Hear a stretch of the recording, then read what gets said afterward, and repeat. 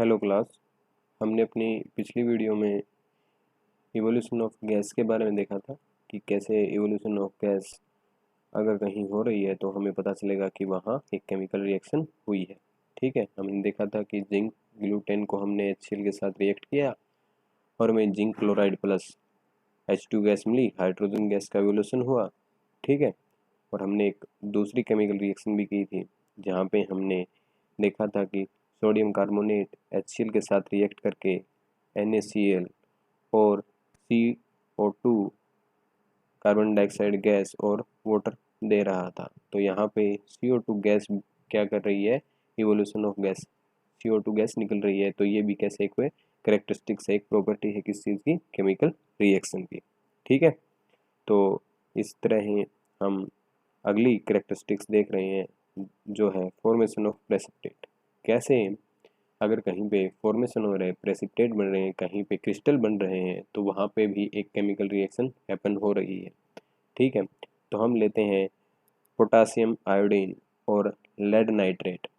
ठीक है, PbNO3 lead nitrate react करके क्या बनते हैं, PbI lead iodine. Yellow crystal में हमें मिलता है लेड आयोडीन।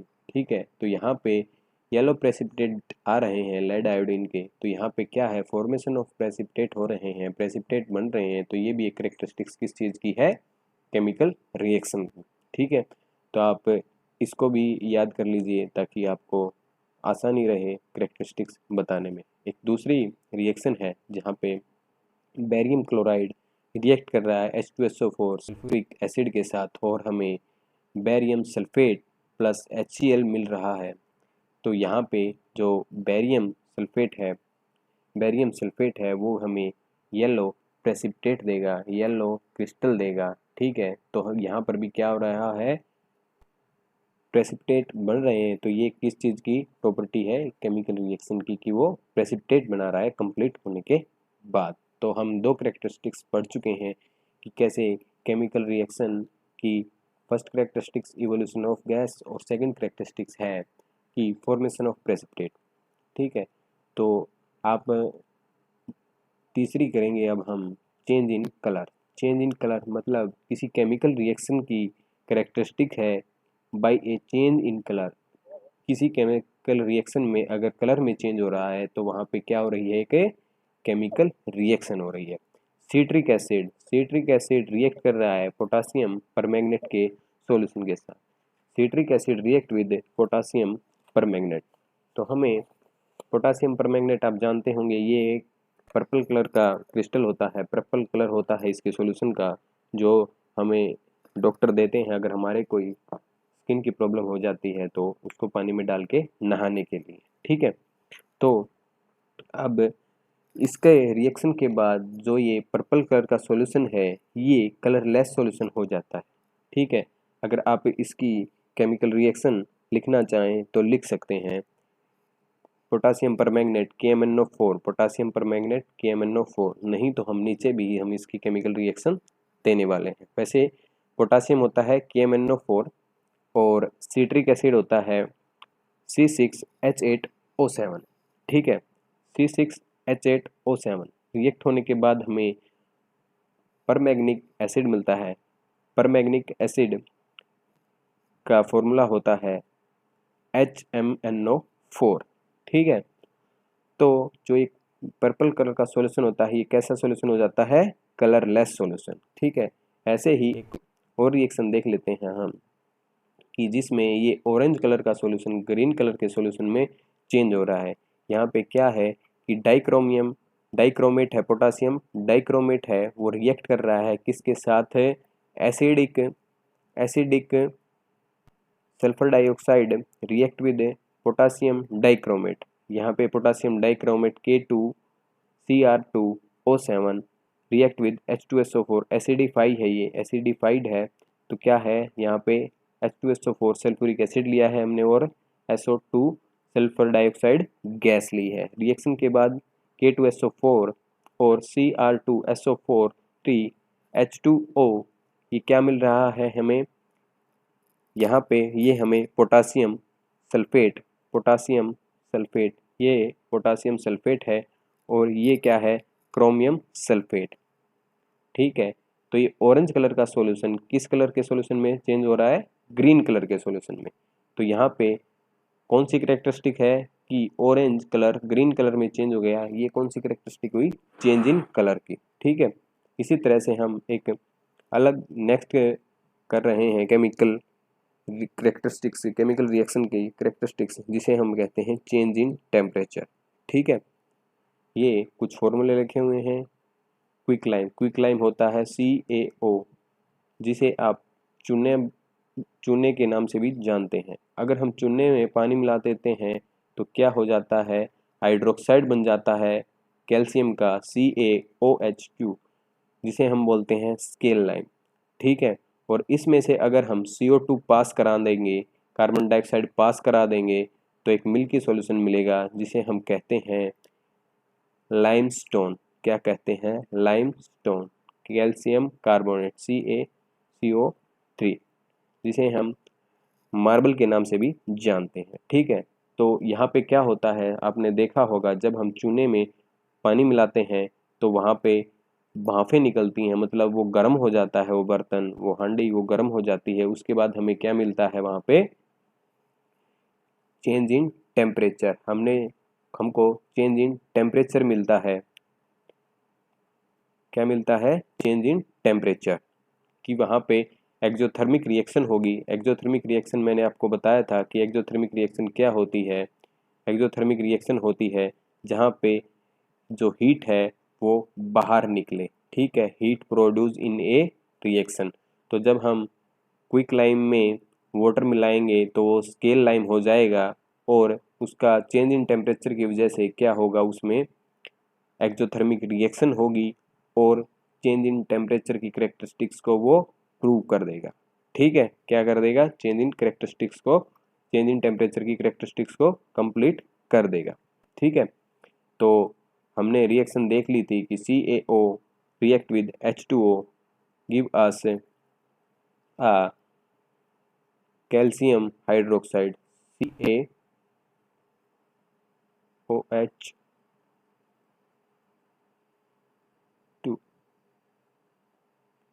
क्या होता है ये, स्केल लाइम। क्विक लाइम में वाटर ऐड किया, क्या मिल गया, स्केल लाइम। ये क्या होता है, एक्जोथर्मिक। जब हम बीकर को छू के देखेंगे तो वो गर्म हो चुका होगा। तो ये कौन सी रिएक्शन हुई, एक्जोथर्मिक रिएक्शन। और कौन सी करेक्टरिस्टिक हुई, चेंज इन टेम्परेचर की। ठीक है, ऐसे ही जब हमने जिंक में H2SO4 डालते हैं तो जिंक सल्फेट निकलता है और हाइड्रोजन गैस निकलती है, और ये भी एक एक्जोथर्मिक रिएक्शन है। इसमें भी टेम्परेचर राइज हो जाता है, टेम्परेचर बढ़ जाता है। ठीक है, एक रिएक्शन हम देखेंगे जिसमें कि जिसमें कि हमें हीट देनी पड़ती है। वो केमिकल रिएक्शन कौन सी है, जब हम बेरियम हाइड्रोक्साइड को अमोनियम क्लोराइड के साथ रिएक्ट कराएंगे तो बेरियम क्लोराइड और अमोनिया प्लस वाटर निकलेगा, जो कि हमें तब मिलेगा जब हमें उसको हीट देनी पड़ेगी। मतलब हमें बेरियम हाइड्रोक्साइड और अमोनियम क्लोराइड को हीट करने के बाद बेरियम क्लोराइड और अमोनिया और वाटर मिलेगा। ठीक है, बेरियम हाइड्रोक्साइड का फॉर्मूला होता है, ये लिख रखा, BaOH2, और अमोनियम क्लोराइड का NH4Cl, और रिएक्शन के बाद BaCl2 बेरियम क्लोराइड मिलेगा और अमोनिया NH3 और वाटर मिलेगा। ये कौन सी रिएक्शन होगी, इसमें एंडोथर्मिक रिएक्शन होगी। एंडोथर्मिक रिएक्शन वो रिएक्शन होती है जिसमें हमें रिएक्शन कराने के लिए हीट देनी पड़ती है। ठीक है, अब हम देखेंगे last, change in state. Change in state में क्या होता है कि जब हम किसी चीज़ को सॉलिड लेके चलें और वो लिक्विड में चेंज हो जाए, या फिर लिक्विड सॉलिड में चेंज हो जाए, मतलब कि मैटर की जो स्टेट है वो चेंज हो रही है, स्टेट चेंज हो रही है, तो वहाँ पे कौन सा करेक्टरिस्टिक्स होगी, चेंज इन स्टेट की। जहाँ जैसे कि ये नॉर्मल है कि हम मोमबत्ती को जैसे जलाते हैं तो हमें क्या मिलता है, मोमबत्ती को जलाने के बाद जो उसका वैक्स है वो सॉलिड है और वो लिक्विड रूप से हमें कन्वर्ट हो जाता है। तो यहाँ पे कौन सी रिएक्शन, कौन सा करेक्टरिस्टिक हुई, चेंज इन स्टेट की। ठीक है, इसी तरह से हम आगे देखेंगे कि केमिकल इक्वेशन क्या होती है।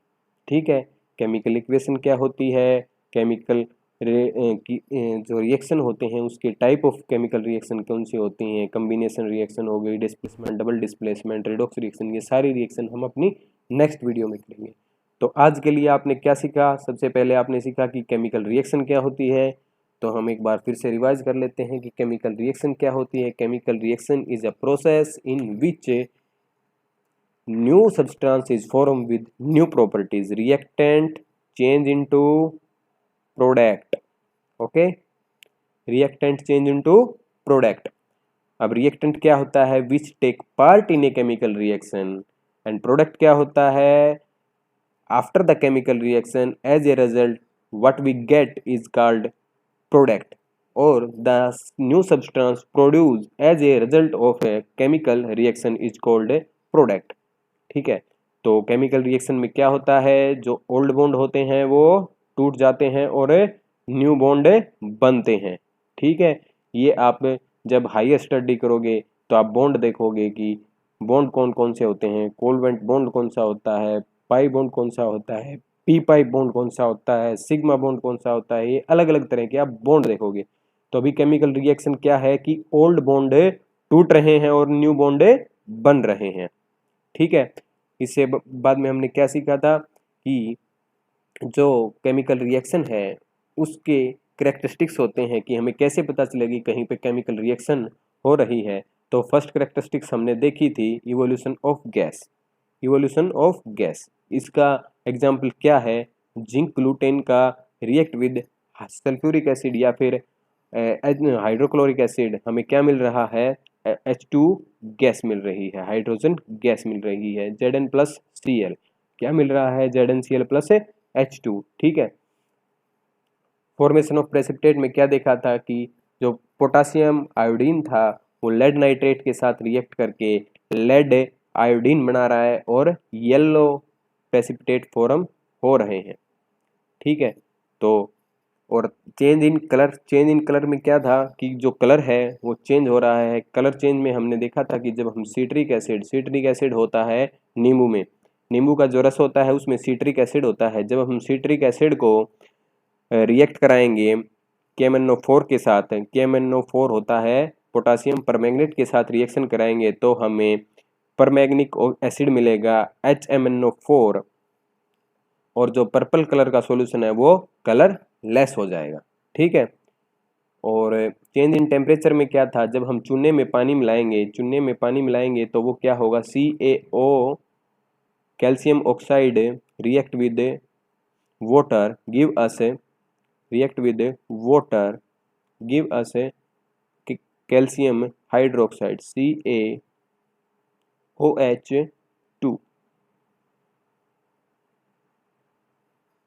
ठीक है, चेंज इन स्टेट क्या था कि इसका एक नॉर्मल सा एग्जांपल है कि जो मोमबत्ती है, जब हम उसको, जो कैंडल वैक्स है, जब हम उसको हीट कर रहे हैं तो जो ये सॉलिड पार्ट है ये लिक्विड में कन्वर्ट हो रहा है। ठीक है, तो ये किस चीज़ का एग्जाम्पल है? चेंज इन स्टेट का एग्जाम्पल है। तो आज के लिए बस इतना ही। आज हमने केमिकल रिएक्शन और उसके कैरेक्टरिस्टिक्स के बारे में पढ़ा। नेक्स्ट वीडियो में हम केमिकल इक्वेशन पढ़ेंगे और केमिकल इक्वेशन को राइट कैसे करते हैं, और why chemical equation be balance, हमें केमिकल इक्वेशन को बैलेंस करने की क्यों ज़रूरत पड़ती है वो मैं आज भी बता चुका हूँ कि atom can never be create, can never be destroy in a chemical reaction. अणु ना तो बनाए जा सकते हैं किसी केमिकल रिएक्शन में, और ना ही तोड़े जा सकते हैं। एक रासायनिक अभिक्रिया में कभी भी अणुओं को ना तो बनाया जा सकता है और ना अणुओं को तोड़ा जा सकता है। तो इसी के साथ आज के लिए इतना ही। कल फिर मिलते हैं एक नई वीडियो के साथ। Thank you. जाने से पहले एक बात आप सभी के लिए कि प्लीज़ आप हमारे चैनल को सब्सक्राइब कीजिए, लाइक कीजिए, कमेंट कीजिए, शेयर कीजिए, ताकि ये वीडियो और जिनको ज़रूरत है इस वीडियो की वहाँ तक पहुँच सके। Thank you.